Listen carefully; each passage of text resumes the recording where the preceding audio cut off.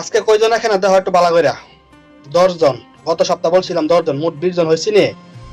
এখন এরা ওই পারে গিয়ে ভালো করে অপহরণ করবে, কথা ঠিক আছে না?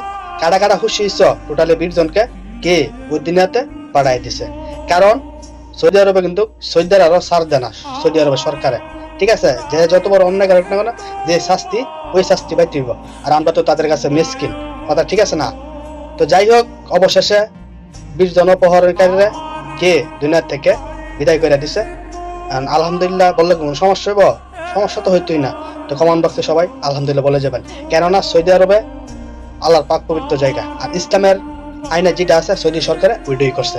তো যাই হোক, এখন নাকি যারা এই অপহরণের ধান্দা করতেছ সিফা চাপা দিয়া, এখন কি ভিতরে একটু বই ঢুকছে না, এগুলো এখন বন্ধ করে লাও, ঠিক আছে? কারণ এটা কিন্তু মুসিও কামাই করে, ঠিক আছে? বুঝছো না? একটা লোকের তোমরা আটকে 10 লাখ 5 লাখ টাকা মুক্তিদান চাও কেন? কিভাবে তোমরা একটা বাঙালি হয়েছে, একটা বাঙালি কিভাবে তোমরা মানে কাজগুলা করো? তো যাই হোক, অবশেষে টোটালি 20 জনকে দুনিয়ার থেকে বিদায় করে দিছে। আজকে জুমার নামাজের পর 10 জনকে দিছে, আর গত সপ্তাহ 10 জনকে দিছে। তো যাই হোক, ভিডিওটা দেখে যদি ভালো লাগে অবশ্যই শেয়ার করে দিবেন, অন্যকে দেখার সুযোগ করে দিবেন, যাতে নেক্সটে কোনো বাঙালির ক্ষতি না করতে পারে।